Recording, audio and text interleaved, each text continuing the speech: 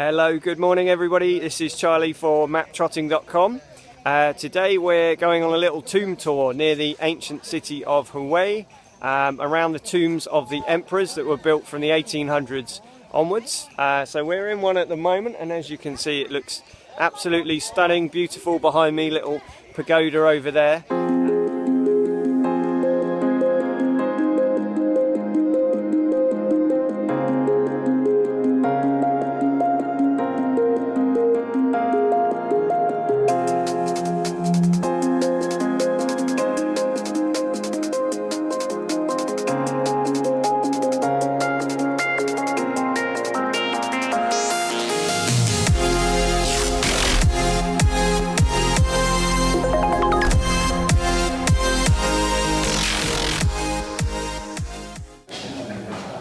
So in this building we have a little temple. You can see a little altar, and this is actually where the emperor, when he was alive, would come and work, and then after his death kind of turned into this little shrine. So former office turned into a shrine.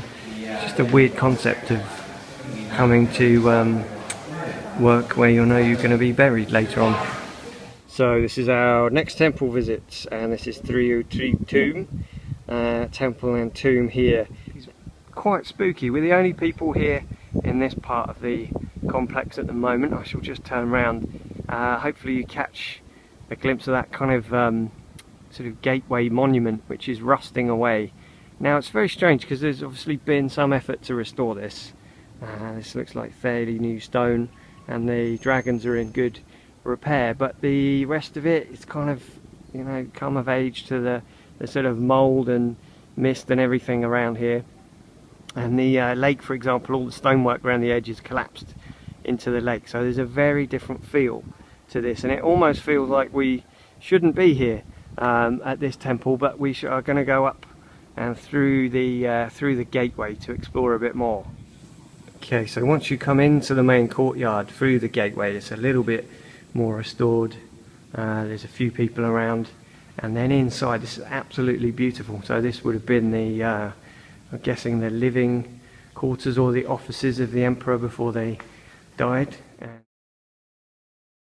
Okay, so very similar to the last tomb, you can see the funeral stone. Hopefully, it's a bit dark there, but it's just inside that building, which has had a kind of temporary tin roof to put on to preserve that. And then you've got some kind of former glorious decoration in each corner. Some holes in the floor here, so I guess there would have been wooden supports and some kind of pagoda here. Hello again, we're doing quite well. We are at tomb number 3. This is Mang tomb. So it's a little bit further south of the city, very close to the Perfume River again, this one. And as you can see behind me, hopefully, that's one of the main gatehouses. It's very well restored and maintained, this temple. And this is basically the previous temple we just saw, where there was a big kind of empty, like sort of stage-like flat area. This is the type of building that would have been standing on that. This is predominantly made from wood, so understandably, if it was built in the 1850s and never looked after, they don't last very long. But this one has been restored here, so Kristina is just enjoying that. And then if you head the direction I'm facing, I shall turn round. So then you go through these gates, and then just through that gate there, this is the actually the emperor's tomb. So it kind of rests on a little island, and there's a beautiful sort of lake type moat thing that goes all the way around it.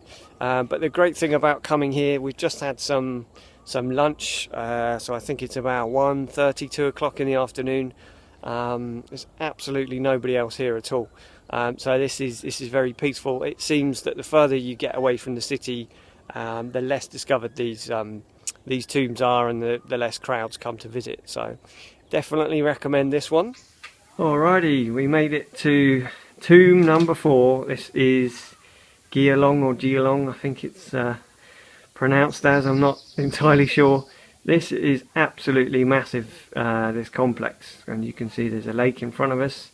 So we are currently standing in the gatehouse. So all of the ones we've visited so far, they're all very pristine, some of them, but the gatehouse always has these steps that goes up. So I'm not sure of the purpose of this. I'm guessing people could sit up here and see who's coming to visit. But yeah, all the other temples, this has been closed off. So it's quite nice. The security guard just said, yeah, just head up the steps. And here we are. So we're heading up now.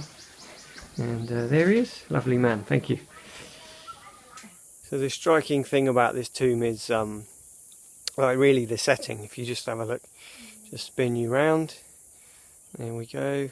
So just behind me, I hope you can see it. This sort of mountain range in the distance. It's a bit misty there at the moment, but absolutely beautiful. And if you listen to that, well, you can just hear some birds or whatever it is squawking. But apart from that, hardly any sound at all. There's like pretty much no other visitors here. So yeah, it's pretty remote. I think it's the tomb that's furthest away from the city. So yeah, it feels like a pretty secret, special place. So we'd recommend it. Grab a bike, pin it on Google Maps, and try and find this one. It's absolutely fantastic.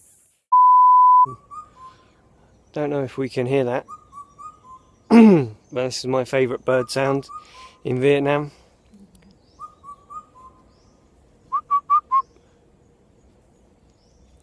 Stop now.